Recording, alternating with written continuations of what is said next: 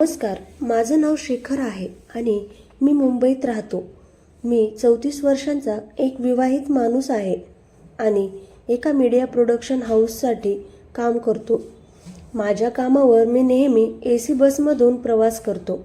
प्रवासात मिळणारा वेळ मी नेहमी पुस्तकं वाचण्यात आणि संगीत ऐकण्यात घालवतो. मला स्वतःसाठी मिळणारा तो एक शांत आणि आवडता वेळ असतो. ती एक संध्याकाळ होती आणि मी कामावरून थकून परत येत होतो. दिवसभराच्या कामाचा शिणवटा माझ्या चेहऱ्यावर स्पष्ट दिसत होता, पण मला त्यावेळी जराही कल्पना नव्हती की त्याच दिवशी माझं आयुष्य पूर्णपणे बदलणार होतं. माझ्या जीवनात एका अनोळखी स्त्रीचं आगमन होणार होतं. तिच्या येण्याने माझ्या आयुष्यात एक प्रकारचे खळबळ आणि नवीन रंग भरणार होते, याची मला त्यावेळी पुसटशीही कल्पना नव्हती. बसमध्ये माझ्या सीटवर बसून मी नेहमीप्रमाणे पुस्तकं उघडणार होतो, पण आज माझं मन काहीतरी वेगळा अनुभव घेण्यासाठी अधीर झालं होतं. माझ्या आजूबाजूच्या लोकांकडे माझं लक्ष सारखं वेधलं जात होतं. मनात एक अनोखी उत्सुकता आणि प्रतीक्षा होती. मला त्यावेळी जाणवलं की काहीतरी खास घडणार आहे. माझ्या हृदयाची धडधड हलकीशी वाढली होती आणि त्या स्त्रीचं नाव आहे दीपा. तिच्या येण्याने माझ्या आयुष्यात काय बदल घडणार होते याची कल्पना मला त्यावेळी नव्हती. पहिल्यांदा मी तुम्हाला दीपाबद्दल थोडी माहिती देतो. दीपाचं वय 38 वर्ष होतं. तिची उंची साधारण 5 फूट 4 इंच आणि ती थोडीशी जाडसर होती, पण तिच्या चेहऱ्यावर एक अनोखं तेज होतं. गोरा रंग, लांब आणि तीक्ष्ण नाक आणि तिचं मनमोहक हास्य. ती खरंच दिसायला एकदम अप्सरा आणि एका नजरेत वेळ लावणारी होती. एवढी ती सुंदर होती, तिला पाहिल्यावर कोणीही सहज मोहित व्हावं. त्या दिवशी संध्याकाळी दीपा आली आणि माझ्या बाजूला बसली. मी तिला यापूर्वी बऱ्याच वेळा बसमध्ये बसलेलं पाहिलं होतं, पण योगायोग असा की तिच्यासोबत कधी जवळून बोलण्याचा किंवा बसण्याचा प्रसंग आला नव्हता.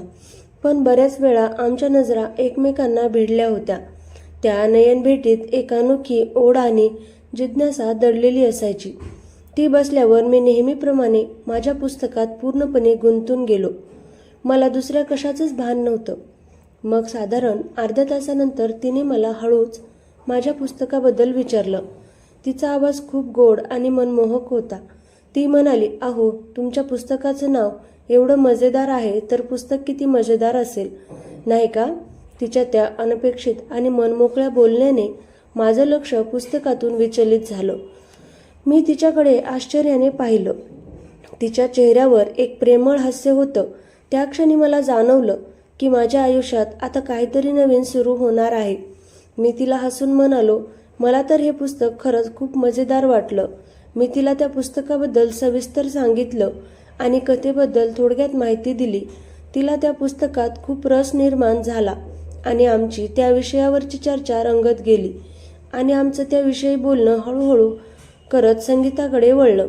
दोघांनाही आवडणाऱ्या गायकांबद्दल आणि गाण्यांबद्दल आम्ही खूप मनमोकळ्या गप्पा मारल्या. आमच्या आवडीनिवडी बऱ्याच अंशी जुळत होत्या, हे बघून मला खूप आनंद झाला. गप्पांच्या ओघात तिचा स्टॉप आला आणि ती हसून बसमधून उतरली. मी तिच्याकडे एकटक बघत राहिलो. ती किती गोड आहे असा विचार माझ्या मनात येत होता आणि तिचा आवाज तर एकदम भारी होता. पहिल्या भेटीतच तिने मला वेड लावलं होतं आणि मग माझा पण स्टॉप आला. मी बसमधून उतरलो. मनात तिच्या गोड आठवणी आणि तिच्या मनमोहक आवाजाची जादू घेऊन मी थोडा भाजीपाला खरेदी केला आणि रूमवर परत गेलो. माझं मन तिच्या विचारात पूर्णपणे गुंतून गेलं होतं. रूमवर गेल्यावर मी हातपाय धुतले आणि माझ्या बायकोसोबत नेहमीप्रमाणे जेवण केले. पण माझं मन मात्र पूर्णपणे दीपाच्या विचारात गुंतून गेलं होतं. तिचे बोलणे, तिचं हास्य आणि तिचा मनमोहक आवाज माझ्या मनात सतत घुमत होता. बायकोने पण सगळी कामं आवरली आणि मग मी आणि बायको झोपायला गेलो.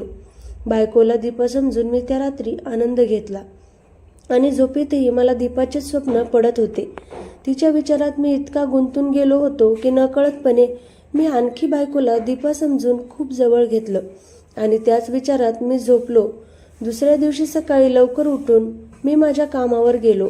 दिवसभर कामात मन रमेल म्हणून प्रयत्न करत होतो, पण सारखी कालची भेट आणि दीपाचे विचार माझ्या डोक्यात येत होते. संध्याकाळी घरी येताना मला परत ती भेटली. माझं मन आनंदाने भरून आलं, पण माझ्या बाजूला दुसरा व्यक्ती बसला होता. त्यामुळे थोडी निराशा झाली. पण अचानक दीपा माझ्या जवळ आली आणि त्या व्यक्तीला म्हणाली, दादा, तुम्ही माझ्या जागी बसाल का?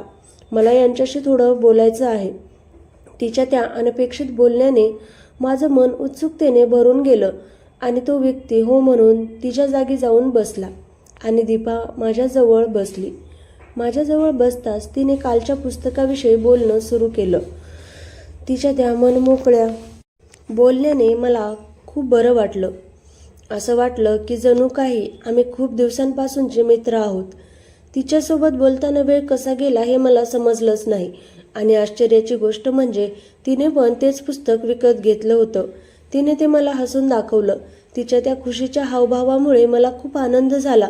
आता ती माझ्याशी मनमोकळेपणाने बोलत होती आणि आमच्यातील संकोच पूर्णपणे दूर झाला होता. ती मला उत्सुकतेने म्हणाली, खरंच शेखर, पुस्तक खूप छान आहे. मी म्हणालो, खूप छान आहे, पण मला पुस्तक मागितलं असतं तर मी दिलं असतं ना तुम्हाला वाचायला. तर ती म्हणाली, जाऊ द्या, आत्ता यापुढे तुमच्याजवळचे पुस्तक घेऊन जात जाईल वाचायला. मग आम्ही खूप गप्पा मारल्या आणि हसलो. बसमध्ये वेळ कसा गेला हे आम्हाला समजलंच नाही. आणि मग आमचे स्टॉप आले आणि आम्ही हसून एकमेकांना बाय करून घरी गेलो. मला तर आता तिचा सहवास खूप आवडायला लागला होता. तिच्याशिवाय मला काहीतरी अधुरं वाटायचं आणि तिने माझी रात्रीची झोप पुरती खराब केली होती. तिच्या विचारांशिवाय मला काही शांतता मिळत नव्हती. दिवसामागून दिवस जात होते आणि आम्ही जास्त जवळ येऊ लागलो होतो. आता आमची नियमितपणे बसमध्ये भेट व्हायची आणि आम्ही वेगवेगळ्या विषयांवर मनसोक्त गप्पा मारत असू. तिच्यासोबत बोलताना मला खूप हलकं आणि आनंदी वाटायचं. गप्पांच्या ओघात मला समजलं की ती एक विवाहित स्त्री आहे आणि तिचे पती एका मल्टीनॅशनल कंपनीमध्ये खूप मोठ्या आणि प्रतिष्ठित पदावर कार्यरत आहेत. हे ऐकून मला थोडा धक्काच बसला, पण तिच्यासोबतची मैत्री मला खूप मौल्यवान वाटत होती. काही दिवसात आम्ही खूप चांगले दोस्त बनलो होतो. आमच्यात एक अनोखं आणि घट्ट नातं तयार झालं होतं. आम्ही दोघांनीही एकमेकांचे मोबाईल नंबर घेतले आणि दिवसभर मॅसेज आणि कॉल्सच्या माध्यमातून एकमेकांच्या सतत संपर्कात राहिलो. तिच्याशी बोलताना मला खूप आनंद आणि मनशांती मिळायची. आमची मैत्री आता खूप घट्ट झाली होती. एकदा जेव्हा माझं कुटुंब काही दिवसांसाठी बाहेरगावी गेलं होतं तेव्हा मी हे दीपाला सहजपणे सांगितलं. तिला हे कळल्यावर तिने अचानकपणे मला डिनरसाठी तिच्या घरी बोलावलं. तिच्या त्या अनपेक्षित आमंत्रणाने मी थोडा गोंधळलो आणि ते टाळण्याचा प्रयत्न खूप केला, पण ती काही माझं ऐकण्यास तयारच नव्हती. तिच्या बोलण्यात एक प्रकारचा आग्रह आणि आपुलकी होती. म्हणून शेवटी मी तिची विनंती ऐकली आणि तिच्या घरी जेवण्यासाठी तयार झालो. तिच्या घराकडे गेलो. मी तिच्या दारावरची बेल वाजवली आणि तिने थोड्या वेळात दार उघडलं. ती खूप सुंदर दिसत होती. मी तिच्या घरात गेलो. तिचं घर खरंच खूप सुंदर आणि नीटनेटकं होतं, पण घरात शांतता जाणवत होती. कोणीच नव्हतं. तिने मला स्वतःहून सांगितलं की तिचे पती काही कामासाठी बाहेर देशात गेले आहेत आणि ते लवकर परत येणार नाहीत आणि तिचा मुलगा तिच्या सासरी कोल्हापूरला गेला आहे. हे ऐकल्यावर पहिल्यांदा मला कसं तरी अनोखं वाटलं. माझ्या मनात एक प्रकारची विचित्र भावना निर्माण झाली, ज्याला मी नाव देऊ शकत नव्हतो. ती मला आंघोळ करायला जाते असं सांगून घाईघाईत आत निघून गेली. मी गेस्ट रूममध्ये बसलो होतो. मला डिनरच्या पूर्वी फ्रेश होण्याची गरज वाटली म्हणून मी पण बाथरूमकडे वळलो. माझ्या मनात अनेक विचार घोळत होते. मला हेच कळत नव्हतं की नक्की काय होत आहे. गोष्टी तिथे खूप लवकर घडत होत्या. माझ्या मनात एक प्रकारची गोंधळाची भावना निर्माण झाली होती, पण तरीही मला हा खेळ चालू ठेवायची इच्छा झाली. एक अनोखं आकर्षण मला तिच्याकडे खेचत होतं. मग मी लगेचच थोडा फ्रेश झालो आणि हॉलमध्ये येऊन बसलो. तिथे दीपा टीव्ही लावून बसली होती. तिच्या चेहऱ्यावर एक प्रसन्न भाव होता. तिने मला विचारलं, तुम्हाला काही पिण्यासाठी हवं आहे का? मला दुसऱ्या दिवशी काही काम नव्हतं, त्यामुळे मी लगेच तयार झालो. तिने माझ्यासाठी रम आणि तिच्यासाठी स्कॉच घेऊन आली. 2 ग्लास आणि दोघांसाठी आईस क्यूबचा ट्रे पण घेऊन आली. आम्ही दोघांनी प्रत्येकी एक स्कॉचचा ग्लास हातात घेतला. पहिला घोट घेतल्यानंतर आम्ही दोघेही हळूहळू बोलू लागलो. तिच्या डोळ्यात एक प्रकारची चमक दिसत होती आणि तिच्या चेहऱ्यावर एक गूढ हास्य होतं. मला जाणवलं की आजचा दिवस खास असणार आहे. माझं हृदय धडधड करत होतं आणि मी पुढच्या क्षणाची आदिरतेने वाट पाहत होतो. जेवण तयार झाल्यावर तिने ते वाढलं. आम्ही दोघेही सोबत बसून खूप गप्पा मारत जेवण केलं. तिने खरंच जेवण खूप चविष्ट बनवलं होतं. जेवणानंतर माझं मन तृप्त झालं होतं. जेवण झाल्यावर मी तिला हळूच विचारलं, मी अजून एक ग्लास स्कॉच घेऊ शकतो का? माझ्या त्या विनंतीला तिने लगेच होकार दिला. तिने माझ्यासाठी आणि स्वतःसाठी पण एक ग्लास स्कॉचचा घेतला. आम्ही दोघेही फर्शवर आरामात बसलो आणि ड्रिंकचा आस्वाद घेऊ लागलो. ती खूप मनमोकळेपणाने बोलत होती. ती हसून म्हणाली, शेखर, मला तुमच्यामध्ये एक खूप चांगला मित्र मिळाला आहे. खरं सांगायचं तर इतक्या दिवसांनी मला कुणाशी तरी इतकं मनसोक्त बोलण्याची संधी मिळाली. तिच्या त्या भावुक शब्दांनी माझं मन स्पर्श केलं. ती पुढे म्हणाली, मी तर खरं खूप लाजाळू मुलगी आहे आणि लोकांमध्ये सहसा मिसळत नाही. पण त्या पहिल्या भेटीत तुमच्या हातातील पुस्तकाने मला हिंमत दिली आणि मी त्या दिवसापासून तुमच्यासोबत बोलू लागले. तिच्या त्या प्रामाणिक कबुलीने मला खूप आनंद झाला. मला असं वाटलं की आमच्या मैत्रीत नक्कीच काहीतरी खास आहे. तिच्या त्या मनमोकळ्या बोलण्याने माझं मन आनंदाने भरून आलं. मला तिच्यासोबत वेळ घालवायला खूप आवडत होतं आणि तिचं हे बोलणं माझ्यासाठी खूप खास होतं. तिच्या त्या गोड बोलण्यामुळे आमच्या गोष्टी खूप पुढे जाऊ लागल्या आणि आम्ही स्कॉचचे घोट घेत राहिलो. बोलता बोलता मला अचानक लक्षात आलं की मला खूप उशीर झाला आहे. मला आता घरी जायला हवं होतं. मी तिला काळजीने म्हणालो, दीपा, मी निघतो. मला घरी जायला उशीर होत आहे. माझं बोलणं ऐकून तिने मला थोडा वेळ अजून थांबवण्याचा आग्रह केला. ती हळू आवाजात म्हणाली, शेखर, मला तुमच्यासोबत काही महत्त्वाचं बोलायचं होतं आणि तुम्हाला काहीतरी सांगायचं आहे. असं म्हणून ती आत चालली गेली आणि स्वतःसाठी अजून एक ग्लास ड्रिंक घेऊन आली आणि आता ती माझ्या एकदम जवळ आली. मी सोफ्याच्या कडेवर बसलो होतो आणि ती माझ्या बाजूला अत्यंत जवळ येऊन बसली. माझं हृदय धडधड करू लागलं.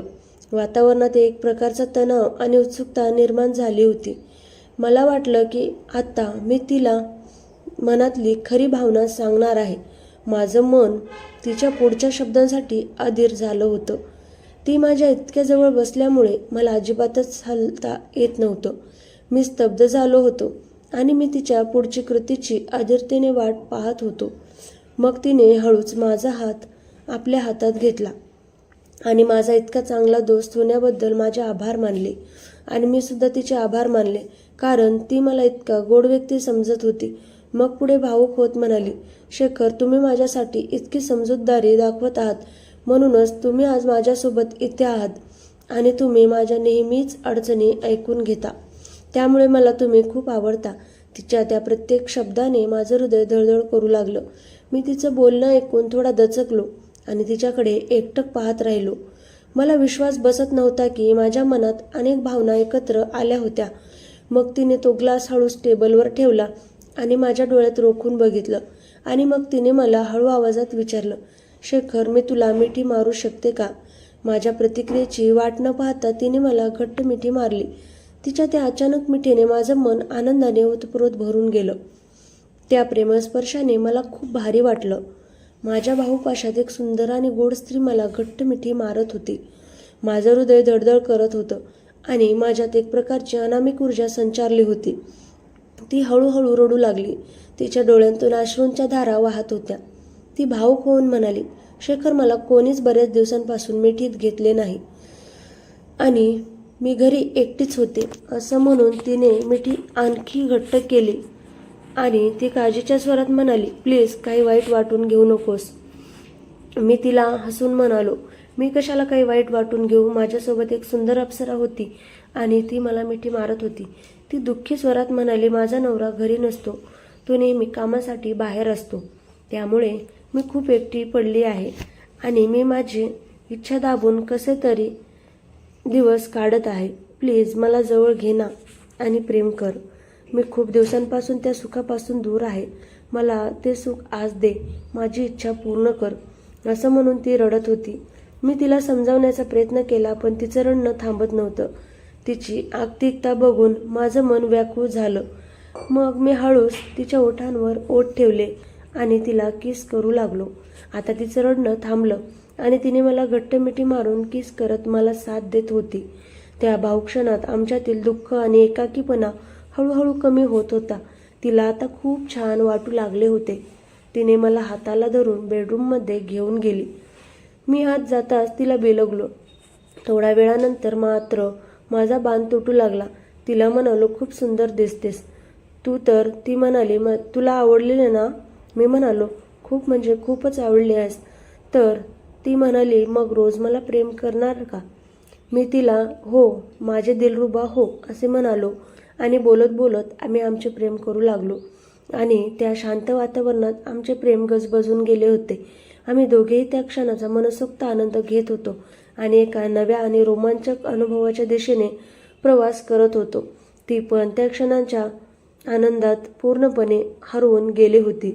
तिच्या डोळ्यात एक वेगळीच चमक आली होती आणि बऱ्याच दिवसांनी आज तिला सुख मिळाले होते. तिच्या चेहऱ्यावर तृप्तीचे भाव स्पष्टपणे जाणवत होते आणि तिच्या मनातील इच्छा पूर्ण होत होती. आणि मग तो क्षण आला जेव्हा आम्ही दोघेही एका अनोख्या शांततेत विलीन झालो. बघता बघता आम्ही दोघेही आता एका शेवटच्या टोकावर येऊन पोहोचलो आणि थोड्या वेळात शांत झालो. खूप छान वाटले. तर आता माझी बायको माहेरी गेली होती. ती वापस येईपर्यंत मी तिच्याच घरी राहायला होतो. 3-4 दिवसांनी मी माझी बायको आल्यावर घरी गेलो.